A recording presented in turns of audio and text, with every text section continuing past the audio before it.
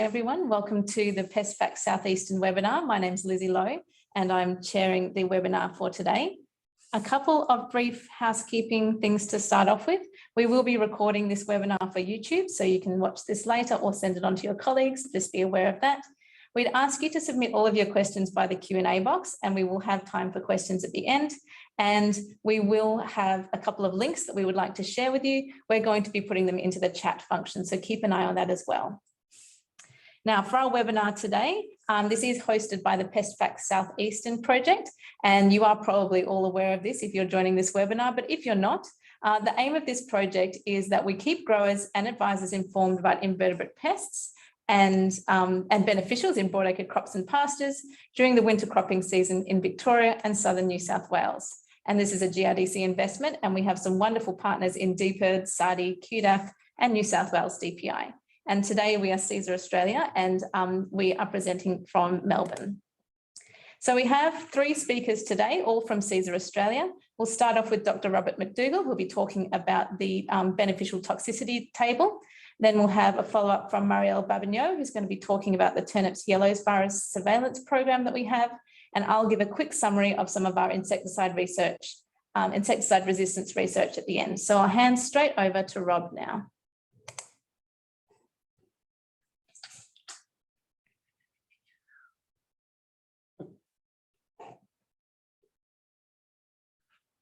There. Sorry, just getting the slideshow up and going. There we go. Hi. Anyway, thank you for being here, everyone. So I'm here today to talk about a piece of work that's been several years in the making by a number of my colleagues at Cesar and myself in the form of the Grains Beneficials Toxicity Guide. And we're really pleased to have been able to launch this just a couple of days ago and to, I guess, have a chat with you guys all about what it is and how it can hopefully help. There's the URL for it is on the screen just there. I think it'll also be posted in the chat. It's there to it's free to download and it's there right now. So if you want to jump on it right now and follow along with what I'm talking about, feel free to. But yeah, so that's where it's all at. So I guess just as a very quick bit of background then, we've referred to this as the beneficials toxicity table. So what exactly do we mean by beneficials? Obviously, that's a beneficial insect for any insect that provides benefit to humans, and it includes a wide range of things like pollinators and organisms that help decomposition and that type of thing. But for the purposes of this table, we're focusing on those that play a role in pest control. So we're looking at really natural enemies of pests and potential pests. So these are things like predators, things like ladybirds that will prey on aphids and a number of other type of pest insects, as well as things like parasitoids, so wasps that will lay their eggs inside a potential pest. And just by going about their regular life cycle, these organisms mean that a whole range of invertebrates that could become pests never become so. And it's been estimated that the value of beneficial insects, as well as other arthropods, to global agriculture is in the tens of billions of dollars per year in terms of yield loss prevented and pest control methods that farmers don't have to carry out as a result of these services provided freely. So obviously a very important natural resource and one that we would really want to do our best to preserve. Of course, very few farmers are lucky enough to be able to rely on beneficial insects entirely for pest control and have to intervene in a number of ways. And one of the most common ways that's found throughout cropping throughout the world is through the use of pesticides, so particularly insecticides and miticides. Obviously, these chemicals do a really effective job at treating pests and preventing yield losses, but they come with problems, and using them on their own can exacerbate these problems. So an obvious problem is that resistance builds up in pest populations over time with repeated insecticide use. And they can also result in secondary pest outbreaks. And this occurs where a farmer, say, sprays for pest A, all good, pest A is gone. But at the same time, they might have accidentally knocked out a population of some kind of natural enemy that they may not have even known about. which was there controlling pest B, which they also might not have even known about. And suddenly, a short time after the spray, they've suddenly got an infestation of pest B, and they're back to square one with the pest infestation. And after having put in the time and resources to carry out this big spray exercise. And so this is obviously a situation that all farmers would wish to avoid. But what we've heard through discussion through the industry over many years is that the resources haven't been available to make the informed choices about what chemicals to use to prevent these kind of issues from occurring. There's obviously a wide range of different active ingredients that could be used, and many, many different types of beneficial insects. And so farmers have said time and again that they want some form of guidance on this front. And we're not the first ones to produce a guide like this. Guides have already been produced for both the cotton and horticultural industries. They've been around for a couple of years now and are quite popular amongst those industries. And at the bottom of the page here, I've got an example of what the cotton guide looks like. And this is more or less what ours looks like too. It's designed to be very simple to use. As you can see on the y-axis, there's a list of chemicals. On the x-axis, there's a bunch of beneficial organisms, and where those axes coincide in a cell, you've got a rating of the toxicity of that chemical. And so while these are really useful to their industries, one bit of feedback that we've heard for a long time is that we really need a specific one for the grains industry. There's lots of differences in terms of the types of chemicals used, the application rates, the seasons, and the beneficial organisms that are relevant. That means the grains industry really needs its own guide, and that's what we've been working on here at Cesar for the last couple of years to produce that. So, as I mentioned, different suite of chemicals in some cases. So the first step in making this guide was to consult widely with the industry, with growers, with chemical companies, with agronomists, to get an idea of what the key groups of active ingredients used were. And there's a big list of them at the top of the screen. And then similarly, we had to narrow down what natural enemies we wanted to look at. There's hundreds or potentially thousands of species of insects out there that can serve as beneficial biocontrol agents, and obviously we couldn't test that many of them. So we narrowed the list down to a few key groups and then tested species that were representative of those key groups.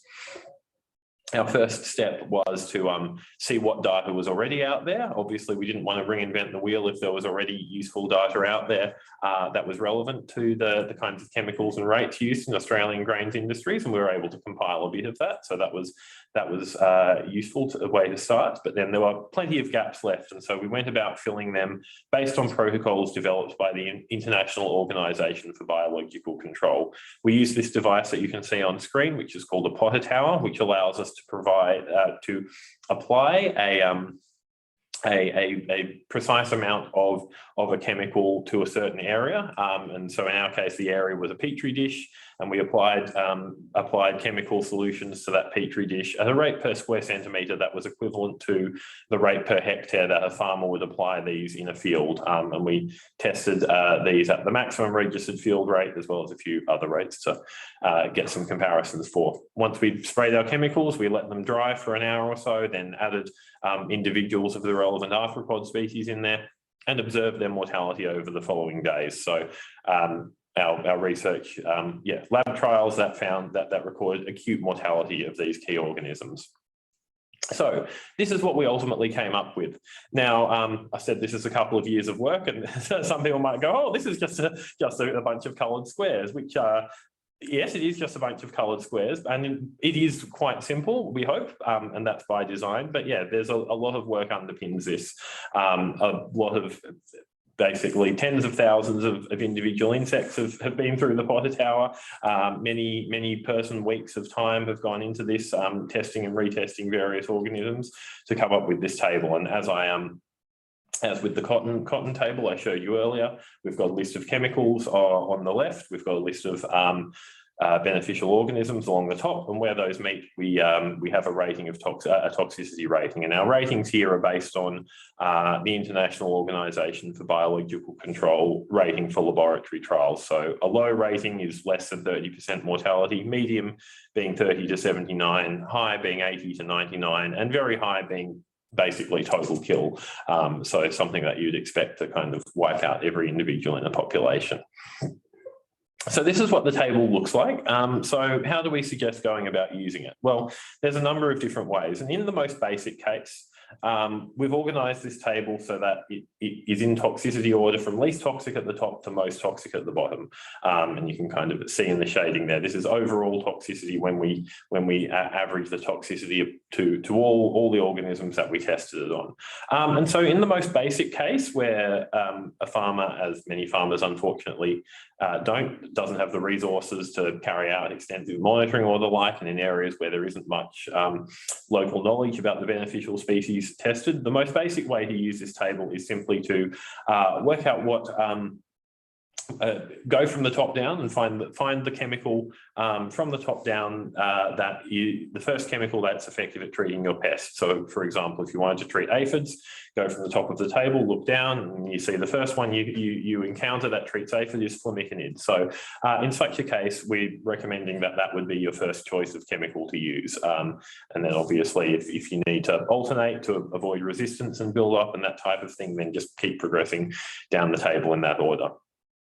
Though for growers who are lucky enough to be in a position to monitor for things or have where there's extensive local knowledge or advisors who are able to do this, there's some more nuanced ways that you can look at the table. So if you're able to monitor 4 key beneficials. For example, a farmer may have done the monitoring and be aware that there's substantial ladybird populations in and around their crop that are probably doing a good job controlling aphids and other things. If you're in a situation like that, and you know that those ladybirds are really important and you want to preserve them, but say you want to treat diamondback moth, then you can just look through that and find whatever chemical will treat diamondback moth that will have the least impact on ladybirds. So here in this example, something like MMX and benzoate might be a chemical of choice that you go for there. We also hope that farmers will be able to use this table to help develop integrated pest management programs.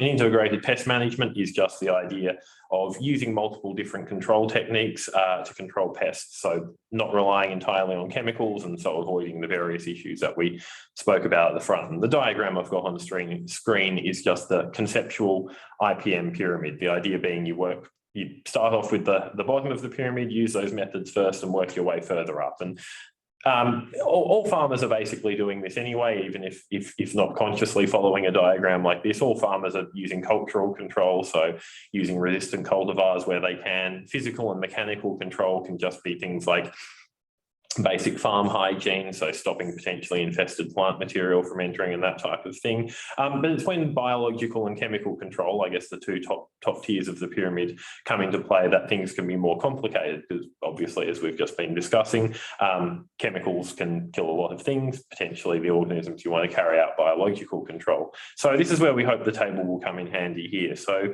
say, for example, you want to use biological control for caterpillars. You've got a caterpillar population, but you think you'll be able to, if you purchase caterpillar parasitoids, which are now available from a number of commercial suppliers in Australia, as are most of the organisms on this table.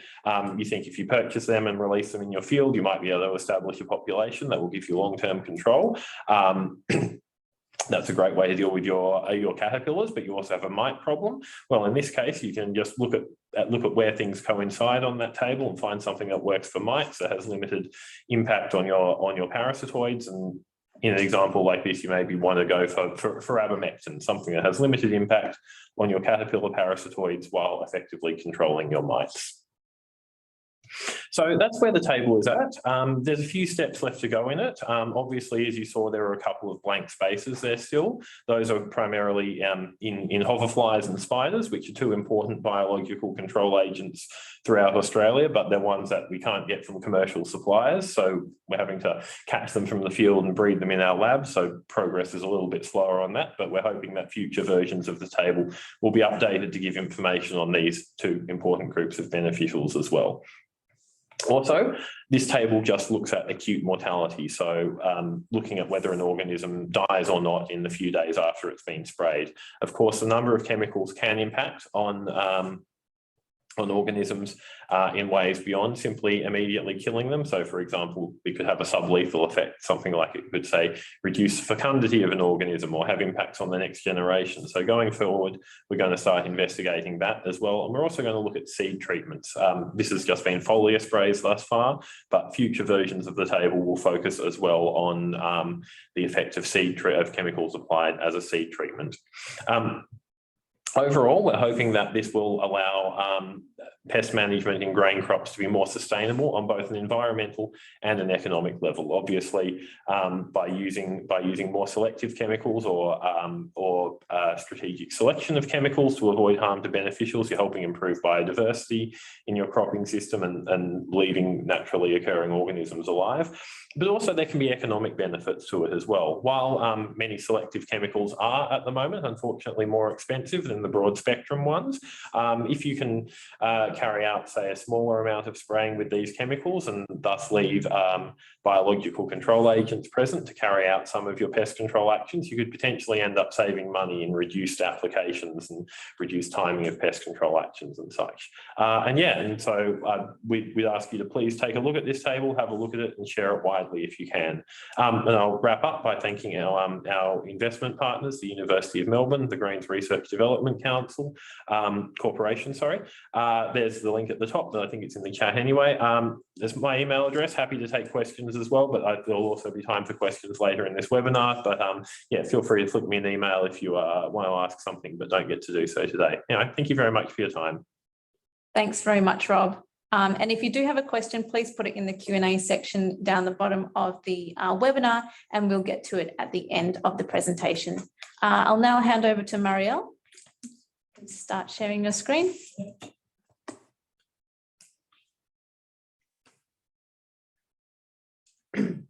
All right, hi everyone. So I'm going to talk about turnip yellows virus, an early warning system that we did, and also its management implication. Although I'm presenting the work today, this is led by Benjamin Condon at WASD PERD, and there's also a lot of work from my colleagues Samantha Ward and Louis Mata. So let's just recap a little bit on turnip yellows virus. It infects Brassicaceae and Fabaceae crops.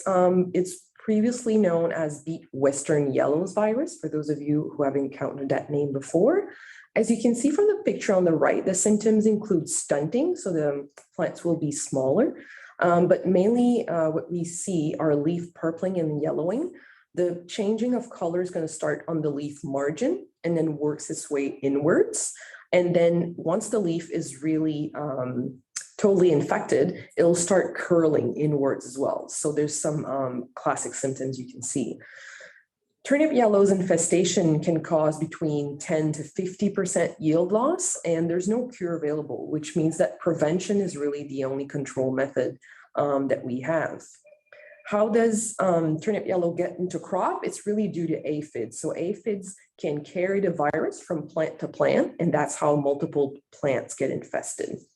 The ones that's the aphid that's at most danger of doing that would be green peach aphid, as it's really efficient at transmitting that virus. So I'll talk to you about a trial that we did in 2020 and in 2021 in southeastern Australia, and that's the turnip yellows early warning system.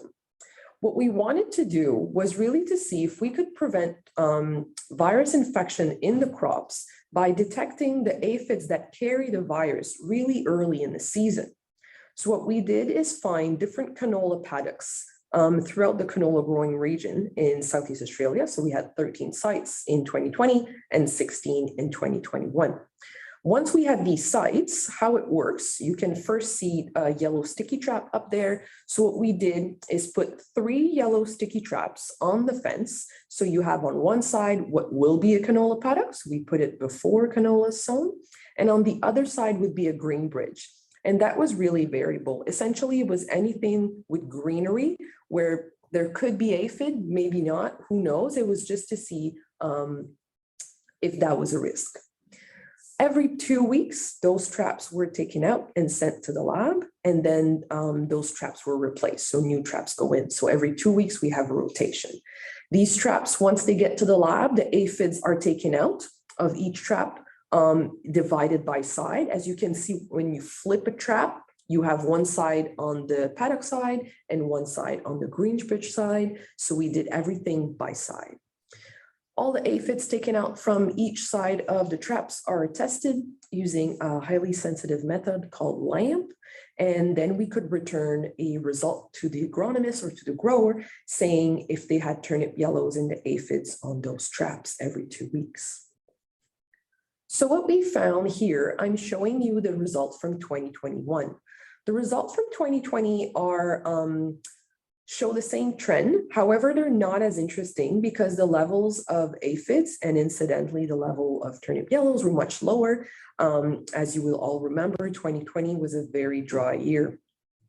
So what you can see here are different maps that show the sites that we had, and each map represents a different time of the year. Each site is represented by a yellow dot if we don't have any trap information for it. Once we do have a trap information, then you have a system of a balloon and a circle. The balloon indicates the percentage of turnip yellows presence by side trap, because remember, everything's processed by different sides.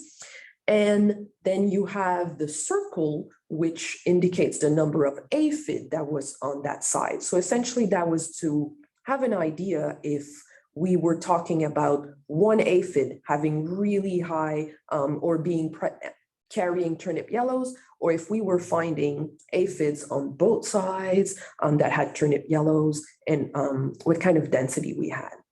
So what we can see here in March is that there are just a couple of sites where we have trap information, but already the number of the percentage, I should say, of turnip yellows virus is quite high. And we have in some site in Gippsland, for example, here, you can see that the number of aphids is quite high as well. Once we get into early April and late April, this is where things really start to light up, meaning that the percentage of turnips yellow is really high, especially in the east, and the number of aphids is high as well. And then things start to go westward as well, where you start to have turnip yellows by late April, really high levels going through to the west as well.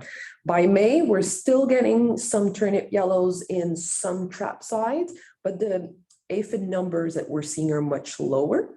And once we get to June, as you can see, except for one site, all of them pretty much don't have any turnip yellows, and there's very few aphids around. So what that shows us is that really the key monitoring, or the key period for an infestation of turnip yellows via green peach aphid is really in April. So I would say from probably late March to late April, that month is really crucial. This is where we see lots of aphids having pretty much all are infected with turnip yellows moving into canola crops. Now, the important point was to see if catching aphids with turnip yellows meant that later on in the season, canola crops were infested with turnip yellows. It was to make that correlation. And what we're seeing here is when we tested the plants of those same paddocks is that there is a positive trend. However, it's not very strong. It's quite weak.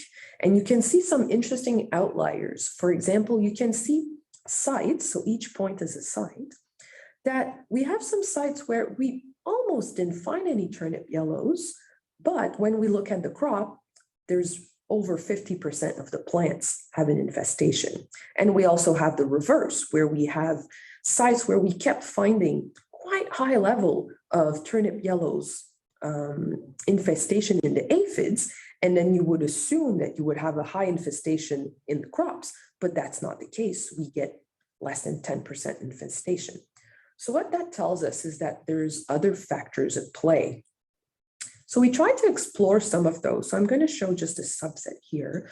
We have rainfall, and what we try to do here, this is sort of an augmented data set where the different sites that were sampled that I showed you in the map are in here, but there's also other sites. We went to sites that had canola at GS30, which is the growth stage that we're targeting, but that we didn't have any aphid information.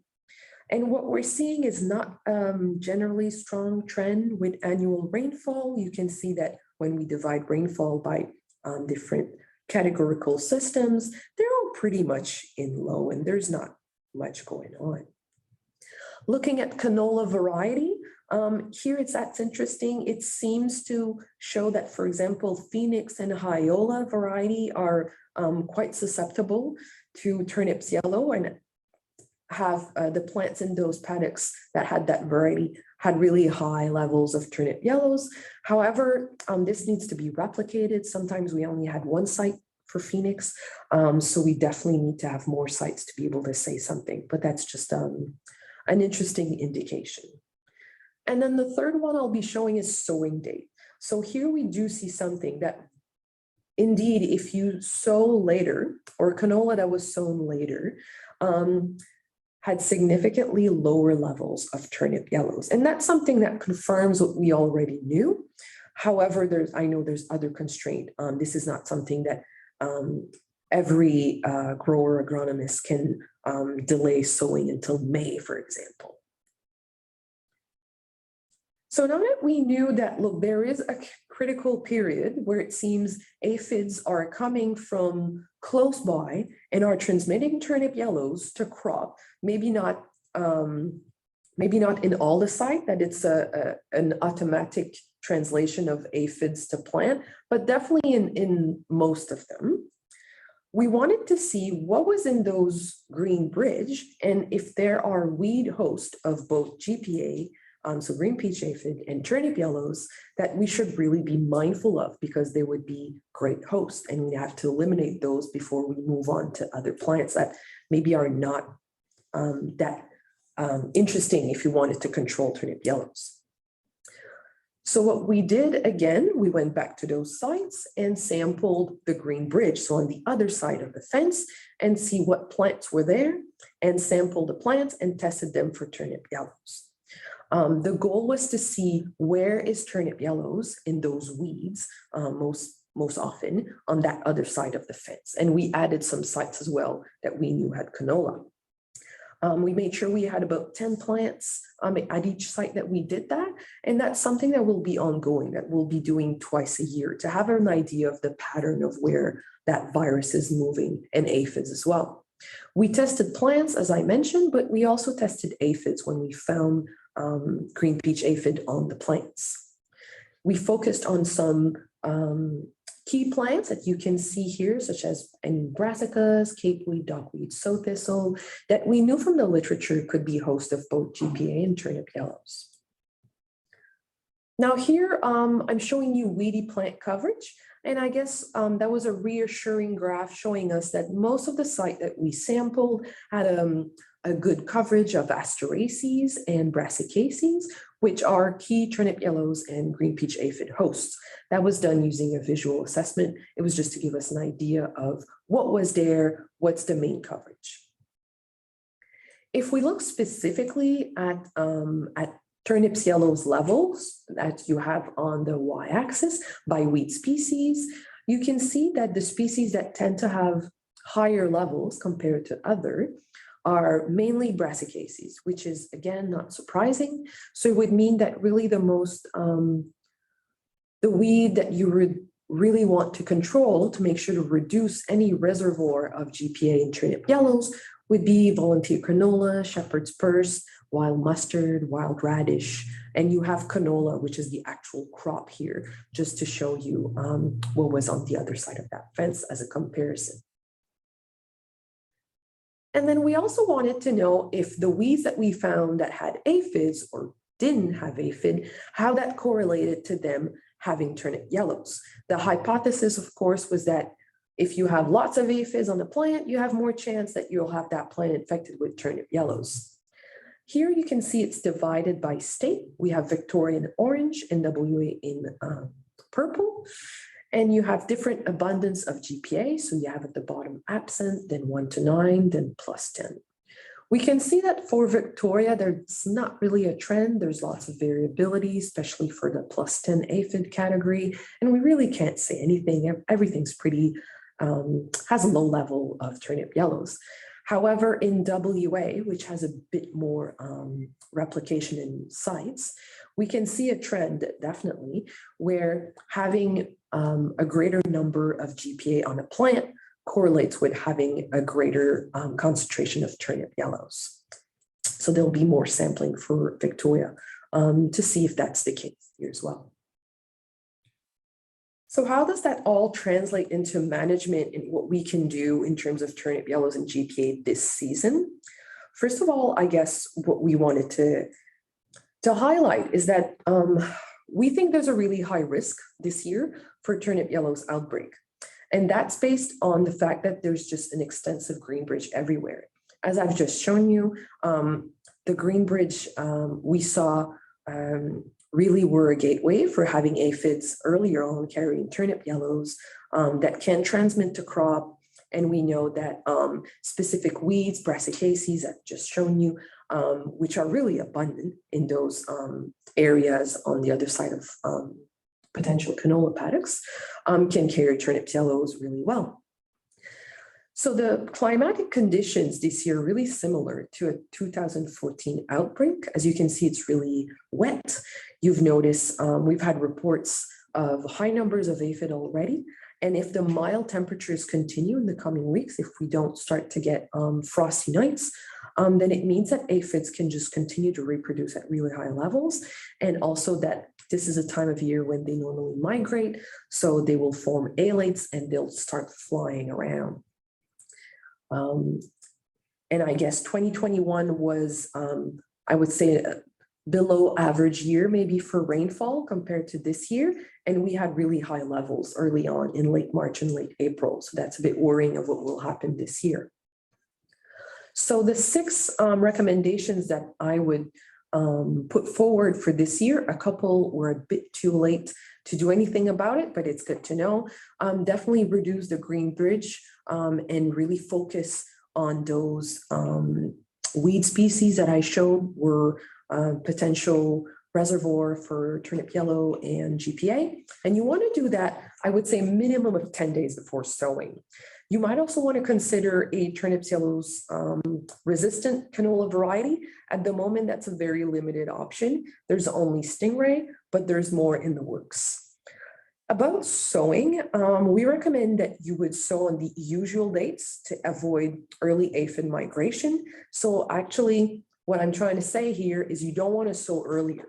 Actually, if you can, you want to sow later. So if you don't want to sow later, that's fine. Just keep to the usual dates that you would normally do, and you don't want to be the first one. Sowing into standing stubble also, we know, reduces aphid's visual cue. So what you don't want to have is an emerging bright green plant on the black bare ground background, because the aphids, although they don't have a great vision, they can obviously spot that and they'll go straight for it. What we can do this year is really, I suggest, to have much more regular monitoring for GPA. So be sure to be able to identify GPA, which is something that we can help you with. But until canola is until GS30, which is about stem elongation, you want to go out a bit more often, especially I would say probably right now, just to see what kind of levels of GPA are you finding? Are they really spread out throughout all the paddock, or is it just really patchy? And make the decision of if you want to use an insecticide. And as Rob just presented, the choice of insecticide is really important. And specifically to control GPA, we suggest to have an aphid selective. You have 3 options. It's Transform, Versus, and Main Man. And you want to choose these ones, even though they might be a bit more expensive. But we know that GPA hasn't evolved insecticide resistance to them, which populations of green peach aphid, widespread throughout Australia, have resistance to pretty much all of the other available chemistries. And if you want to keep beneficials that can control low levels of green peach aphid, then again, you don't want to use a mode of action that's just going to wipe them out. So that's it for me. I just want to thank everyone for funding that research. And again, if you have questions, just feel free to put them in the chat and I'll stick around for questions. Thanks very much, Marielle. I will just share my screen. Okay, to finish up today's webinar, I'm just going to give a really quick coverage of some of the most recent research we've come out in the area of insecticide resistance. And the main reason that I'm doing this is basically this is a really big developing concern for the Australian grains industry, and it's something that we often get asked about. So just a really quick coverage from us. We know that in the grains industry, we're quite limited in the amount of chemical options that we have for many pests. And this means that we're using quite similar chemicals often, and this puts really strong selection pressure for the evolution of resistance. There are 4 major grain pests which are already known to have resistance. These are the cotton bollworm, the diamondback moth, the green peach aphid, and the red-legged earth mite. I'll talk quickly about green peach aphid and red-legged earth mite today. But we've also discovered a new resistance in blue-green aphid, which I'll talk to briefly. When we talk about the red-legged earth mite, this is a small black mite with red legs. You've probably noticed it before if you're in the southern grain growing regions. It's present all across the southern area of the grain growing regions in Australia. Now, we do see this mite quite active between April and November. It does go into diapause over summer, but you'll see from this predicted hatch map here, there's quite a lot of areas in the southeastern area where they have predicted to already have been hatched at this time of year. So you may already be seeing red-legged earth mite in your paddocks. They do attack a very wide variety of plants, which is why they're a big problem, and they're particularly damaging at establishments. So it's really on the minds of a lot of people at this time of year. Now, when we look at the insecticide resistance that's present in red-legged earth mite, we're quite limited in the number of chemicals we can use for this pest. The 3 most frequently used are synthetic pyrethroids, organophosphates, and neonicotinoids. But the problem is that we've had resistance to SPs and OPs in Western Australia since 2006 for SPs and 2014 for OPs. So this is quite widespread now. We also started detecting resistance to both those chemical groups in 2016 in South Australia, and we've recently detected organophosphate resistance in Victoria.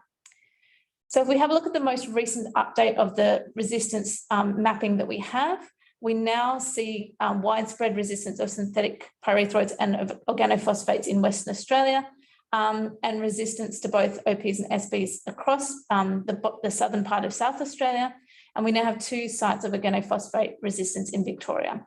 And so this map here, it doesn't just show the areas where we've detected resistance, it also shows the susceptible areas here. So you can look at Victoria. This is really an area where we have to be very, very aware of insecticide resistance in red-legged earth mites. Talking about green peach aphid, so obviously this is a problem because of all of the information that Marielle gave us. We don't want it to be around transmitting viruses. We have had an extensive testing of insecticide resistance in green peach aphid. 473 populations were tested across the time period up to 2019, and we've detected high levels of resistance to both pyrethroids and carbamates. So the maps down the bottom show synthetic pyrethroids, carbamates, organophosphates, and neonicotinoids. And we have low levels of resistance to organophosphates and neonics, but again, quite extensive susceptibility to these chemicals in synthetic pyrethroids and carbamates, and quite extensive resistance throughout the southeastern area. Now, blue-green aphid is a newer pest that we've been targeting recently. They are a widespread pest of lucerne, pastures, and grain legumes. They are a blue-green colour with very long sipuncles. If you've ever attended one of our insect identification workshops, you'll know about that. Otherwise, there's some links in the chat about how to identify aphids. And this is a little bit difficult because they can be quite easily confused with pea aphid and green peach aphid. They are most abundant in the spring, but we can also see problems in autumn and winter. Now, with this group, when we control them, they're normally controlled by organophosphates and carbamates, but we have had multiple growers across South Australia and New South Wales who have been reporting poor control with these insecticides. So that's what alerted us to it originally. And in 2021, we conducted some preliminary research to identify whether resistance was present in these populations. I'm going to quickly share that with you now. These graphs show the testing that we did in our labs from the populations that were collected across South Australia and New South Wales. You can see the blue lines are what you would normally see with a susceptible population. So you have very high control that comes in quite quickly in these curves. But for all of the populations that we tested across amethioates, Clypheropus and Primacarp, we can see that there are lower susceptibilities in all of the populations that we tested. So I'm not going to go into very great detail there, but basically all of the populations that we test in these, we're looking from much more resistant than the susceptible populations that we had in our labs. This is ongoing research. It has been supported by AgriFutures, Lucerne Australia and GRDC, and we definitely will have more information here to provide with you in the future. But basically, this is going to be an ongoing problem and is probably already quite widespread. So we're very, very keen to be following up on this year. To sum up, when we're talking about insecticide resistance management, it's really important to follow the insecticide resistant management strategy guidelines and to rotate chemistries when you can. Also, as Rob has spoken about, there are lots of beneficial species that are particularly good at controlling aphids. So if you can use the less toxic chemicals. And if you do suspect resistance, if you've seen any evidence of control failures, do get in touch with us. We provide testing for both red-legged earth mite and GPA, so just get in touch with us and send us a sample. And if you have noticed blue-green aphid, which you suspect a resistance for, we would also be very, very keen to hear about that. If you would like more information on turnips yellows virus or getting tested for that, you can contact the State Ag Department. And if you'd like any information on pest identification, we have our pest notes on our website, or you can get in contact with us at any of those ways below. We'd love to hear from you. We absolutely love providing those insects identifications for you. That is the end of our webinar today. We do have a little bit of time for questions here, so I'll just start with some of the ones that have been asked in the Q&A, and please feel free to add some additional Q&A questions in there as well. The first question that we have is for Marielle, and it's relating to the vulnerability of canola. So if canola is stressed, there are other factors like soil acidity and toxic levels of aluminium or manganese. It can make it more vulnerable. Do we know anything more about this? That's a hard one, is it? Yeah, so I don't know about this, but we do know, of course, that if there's any other stress, such as waterlogging, you'll see plants show similar symptoms. So I guess there's the idea that you can think it's turnip yellows because it looks exactly what I've shown you, but it could be something else. So that's why I think what Lizzy just said about if you suspect there's something about turnips yellows, get a couple of plants tested. It's worth it because then you know who the culprit is and how to potentially solve that problem. If plants are stressed, of course, they'll be more susceptible to disease. But in terms of quantifying how much, what kind of stress intensity is needed for having turnips yellows sort of come up on top, I'm not sure we would have that information, and I wouldn't be able to answer. I would think we would.